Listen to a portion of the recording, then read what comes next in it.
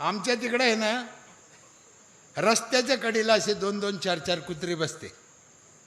रस्त्याच्या कडेला 2 पाय पुढं 2 पाय माग. त्याची काय मीटिंग चालते भगवान जाणे. पण ते काय करते, गाडी आली, मोटरसायकल 4 व्हीलर आली, त्या गाडीच्या मागं पळते. अर्धा किलोमीटर पळते ते कुत्रे. मला अजून कळलं नाही ते कुत्रे त्या गाडीच्या मागं काऊन पळते.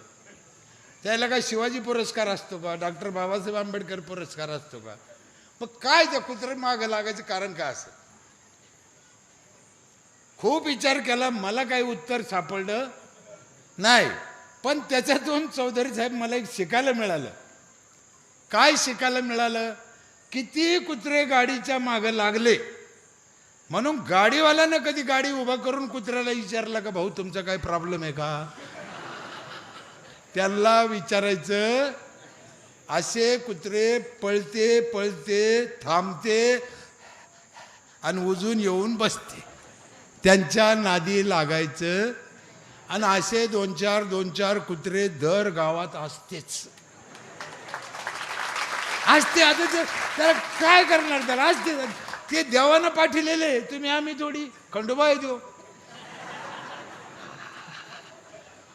त्याला नाव ठेवायचं नाही, तिकडं लक्ष द्यायचं नाही.